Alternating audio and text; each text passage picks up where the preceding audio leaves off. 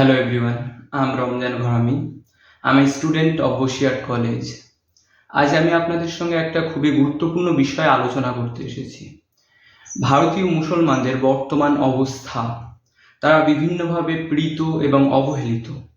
এর মূল কারণ হলো তাদের শিক্ষার থেকে অনগ্রসর, তাদেরকে শিক্ষা থেকে মাহরুম রাখা হয়েছে বিগত কয়েক দশক ধরে। তারা আজ বিশ্বের দ্বিতীয় বৃহত্তম মুসলিম জনসংখ্যা, প্রায় 30 কোটি মুসলমান ভারতে বসবাস করছে।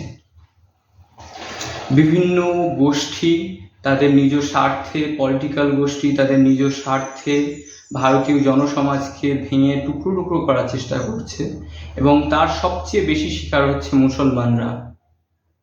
বিভিন্নভাবে বলা হচ্ছে যেন মুসলমানরা ভারতীয়ই নয় এবং তারা বহিরাগত, কিন্তু এটা ঠিক নয়। মোহাম্মদ বিন কাসিমের সিন্ধু অভিযান থেকে শুরু করে মোহাম্মদ ঘুরির তুর্কি অভিযান এবং পৃথ্বীরাজ চৌহানকে হারানো, প্রথম ও দ্বিতীয় তরাইনের যুদ্ধের যে গুরুত্ব, প্রথম তরাইনের যুদ্ধে মোহাম্মদ ঘুরি পরাস্ত হলেও দ্বিতীয় তরাইনের যুদ্ধে 1192 খ্রিস্টাব্দে পৃথ্বীরাজ চৌহানকে তিনি পরাজিত করেন এবং তার এলাকা তিনি দখল করেন এবং সেখান থেকে বিভিন্নভাবে তার যে সাম্রাজ্য বিস্তার এবং ইসলামের প্রসার এবং ভারতে ইসলামের আগমন তার অনেক আগে থেকেই শুরু হয়েছিল। ভারতে বিভিন্নভাবে আরবদের স্কলাররা, মুসলিম স্কলাররা প্রবেশ করে এবং তারা বিভিন্নভাবে ভারতীয়দের কে তাদের ইসলাম ধর্মের প্রতি আসক্ত করে। প্রথমত এর কারণ, কেন ভারতে ইসলাম প্রসার পেয়েছিল, এর মূল ব্যাখ্যা করা দরকার।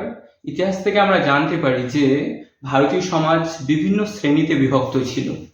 মূলত উচ্চ শ্রেণীর মধ্যে ছিল ক্ষত্রিয় এবং ব্রাহ্মণ, এবং তারাই সবচেয়ে বেশি অর্থ সম্পদ এবং সুযোগ সুবিধা ভোগ করত, কিন্তু নিম্ন শ্রেণী তা কিছুই পেত না এবং বিভিন্নভাবে নির্যাতিত হতো।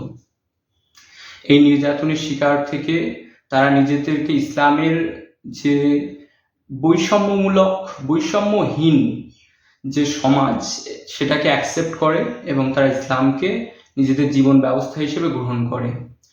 অর্থাৎ যে সমস্ত ভারতীয় মুসলমান ভারতে বাস করছে তারা বহিরাগত নয়, তাদের পূর্বপুরুষ এই ভারতীয়। এভাবেই মুসলমানরা ভারতে বছরের পর বছর, শতকের পর শতক বাস করছে, কিন্তু এতটা হিংসাজনক পরিস্থিতি তাদের কোনোদিনই ফেস করতে হয়নি। এর মূলত কারণ সামাজিক বৈষম্যকরণ এবং এর ফায়দা লুটছে কিছু রাজনৈতিক গোষ্ঠী। তারা নিজেদের স্বার্থে ভারতীয় সমাজকে বিভিন্ন পর্যায়ে ভাগ করছে এবং সবচেয়ে লাভবান হচ্ছে তারাই, এবং ভারতীয় সমাজকে যে বৈষম্য সেটাকে তারা উৎফুল্ল করছে এবং এর জন্য তারা বিভিন্নভাবে চক্রান্তও করছে। এই চক্রান্ত শিকার বর্তমানে মুসলিমরা। তারা কি করবে, তাদের কি করা উচিত? প্রথমত, তারা এই কয়েক দশক ধরে যে শিক্ষা থেকে অনগ্রসর হয়ে পড়েছে, এর কারণ কি? এর কারণ হলো সরকারের কিছু পলিসি, যেটা তাদেরকে শিক্ষা থেকে দূরে রেখেছে, তাদেরকে শিক্ষার আলোয় আলোকিত করতে পারেনি। এর মূলত এটা সরকারি দায়িত্ব ছিল যে সমাজের একটা শ্রেণী কিভাবে পিছিয়ে পড়ছে এটাকে দেখার এবং তাদেরকে এগিয়ে নিয়ে আসার, কিন্তু বিভিন্নভাবে ব্যবস্থা করা হলেও মুসলমানরা আজও অনেক পিছিয়ে এবং বর্তমানে বিভিন্নভাবে মুসলমানদের অ্যাটাক করা হচ্ছে এবং মব লিঞ্চিংয়ের শিকার হচ্ছে। এমনকি মুসলমানদের সবচেয়ে শ্রেষ্ঠ নবী হযরত মুহাম্মদ সাল্লাল্লাহু আলাইহি সাল্লামের নামে বিভিন্নভাবে কুৎসা রটানোর চেষ্টা হচ্ছে ভারতে, কিন্তু সরকার কোনো ব্যবস্থাই নিচ্ছে না। কঠোর ব্যবস্থা এর জন্য নেওয়া উচিত, কেননা একটা শ্রেণীর মানুষের মনে আঘাত দিয়ে তাদের ধর্মীয় বিশ্বাসের যে মূল ভিত্তি সেটাকে নড়িয়ে দিয়ে অন্য শ্রেণী কখনোই উন্নতি লাভ করতে পারে না। এতে সমাজের বৈষম্য দিন দিন বেড়েই যাবে এবং এতে একটা সময় আসবে যখন সমাজের এমন পরিস্থিতি হবে যেখানে শুধু হিংসায় থাকবে। এই পরিস্থিতিতে ভারতীয় মুসলমানদের করণীয় কি? তারা কোনো বহিরাগত শ্রেণী নয়। তাদের কোনো সময় কোনো রাজনৈতিক পার্টি বলে তাদের জামা কাপড় পোশাক পরিচ্ছদ দেখে চিনে নাও, কিন্তু এটা তো বৈষম্যমূলক আচরণ, এটা বলাও ঠিক নয়। কিন্তু কিছু সুবিধাভোগী রাজনৈতিক পার্টি এবং কিছু গোষ্ঠী এটাকে খুবই উৎফুল্লভাবে নিচ্ছে এবং ভারতীয় মুসলমানদের দমন নিপীড়নের চেষ্টা করছে। বিভিন্ন রাজ্যে বুলডোজারের রাজনীতি চলছে, যেখানে কিছু প্রমাণ ছাড়াই শুধুমাত্র অভিযোগের ভিত্তিতে একজনের ঘরকে ভেঙে গুঁড়িয়ে দেওয়া হচ্ছে, যেটা কোনোদিনই কাম্য নয়, যেটা সংবিধান বিরোধী। সংবিধানের 25 থেকে 28 নম্বর ধারায় উল্লেখ করা হয়েছে ধর্মীয় স্বাধীনতার কথা। 25 নম্বর ধারায় বলা হয়েছে বিবেকের স্বাধীনতায় কোনো মানুষ নিজ ধর্ম পালন, নিজ ধর্ম সংরক্ষণ, অন্য ধর্ম গ্রহণ এবং নিজ ধর্মকে প্রচার প্রসার করতে পারবে। কিন্তু কিছু বিধিনিষেধ অবশ্যই আছে, সেগুলো পরের কথা। কিন্তু এই যে প্রতিটা ধর্মের সমান গুরুত্ব এখানে দেওয়া হয়েছে, সেটা বর্তমান সরকারকে দেখে কোনোভাবেই বোঝা যায় না। তারা বিভিন্নভাবে মুসলমানদের অ্যাটাক করছে, ইসলামকে তারা বিভিন্নভাবে আঘাত করছে।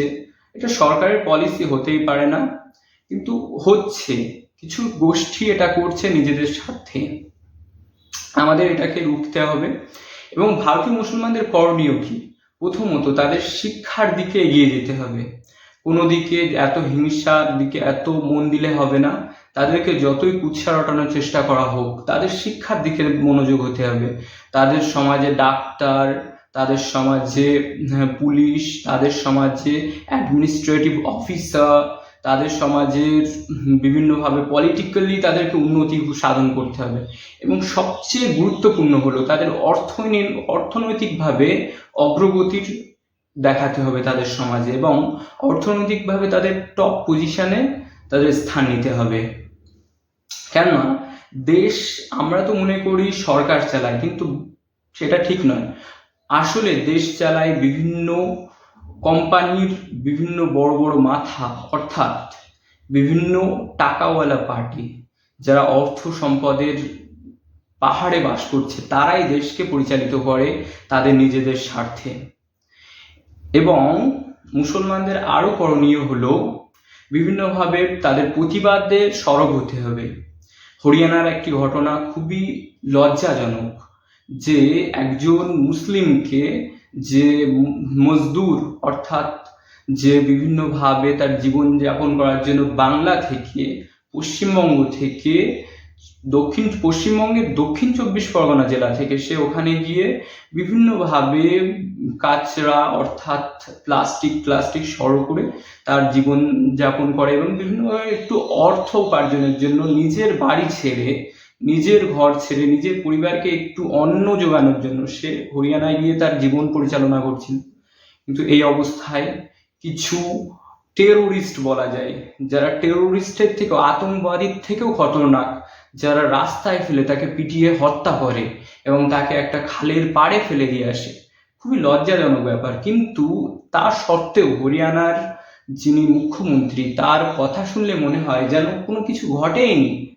তিনি বলছেন যে গ্রামের লোককে আটকানো যায় না, তাদের যে শ্রদ্ধা সেটা আটকানো যায় না।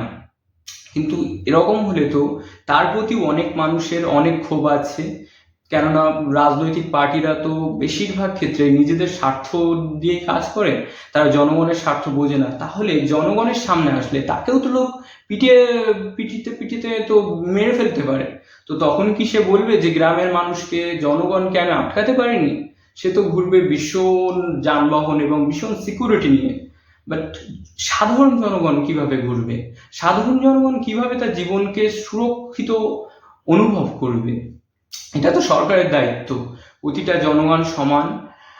সংবিধানের 14 থেকে 18 নম্বর ধারায় সাম্যের যে অধিকার, সেখানে প্রতিটা জনগণ সমানভাবে সুরক্ষিত হওয়ার অধিকার ভোগ করার মতো ক্ষমতা সংবিধান তাদেরকে দিয়েছে। কিন্তু কেন এইসব কুৎসা রটিয়ে তাদেরকে জীবনকে বিপন্ন করা হচ্ছে?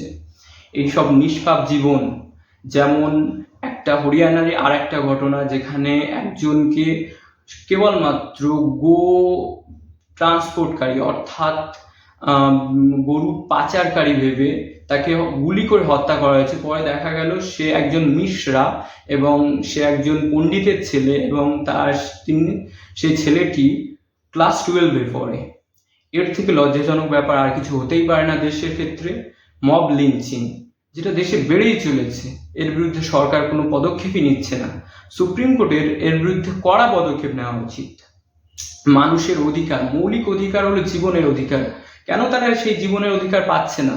কেন তাদেরকে মব লিঞ্চিং করে হত্যা করা হচ্ছে? এর জবাব দিতে হবে সরকারকে। এছাড়াও বিভিন্নভাবে তাদেরকে ঘর বাড়িগুলোকে গুড়িয়ে দিয়ে, তাদের মনোবলকে গুড়িয়ে দিয়ে মুসলমানদেরকে এইভাবেই অত্যাচারের শিকার হতে হচ্ছে। কিন্তু আমার প্রশ্ন হলো, কিভাবে সরকার এটা করতে পারে? একটা অপরাধী সে যতই অপরাধ করুক, তার ফ্যামিলির ছোট ছোট বাচ্চা, মহিলারা, বৃদ্ধ বৃদ্ধা মা কিভাবে তার জন্য শাস্তি পেতে পারে? একটা ঘর বাড়ি ভেঙে ফেলা মানে তো সেই অপরাধীকে শাস্তি দেওয়া না, তার বাড়ির বাকি লোকদের শাস্তি দেওয়া। তারা তো রাস্তায় চলে আসবে, তারা কি করবে? তাদের জীবন অতিবাহিত কিভাবে করবে? এটা নিয়ে সরকারকে ভাবা উচিত। একজন বৃদ্ধ বৃদ্ধা মা বাবা রাস্তায় রাস্তায় ঘুরবে, ছোট ছোট সন্তান যাদের লেখাপড়াগুলো সেখানেই থেমে যাবে।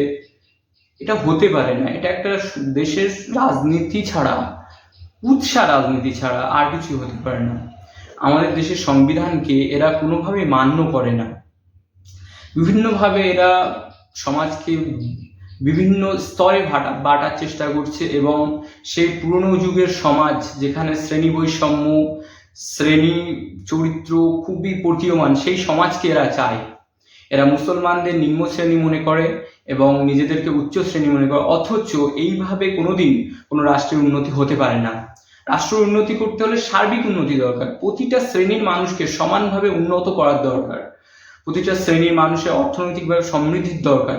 কিন্তু কি হচ্ছে সমাজে? মাত্র 1%-এর হাতে পুরো দেশের অর্থ সম্পদের প্রায় 90% চলে যাচ্ছে, কিন্তু সরকার এর কোনো পদক্ষেপই নিচ্ছে না।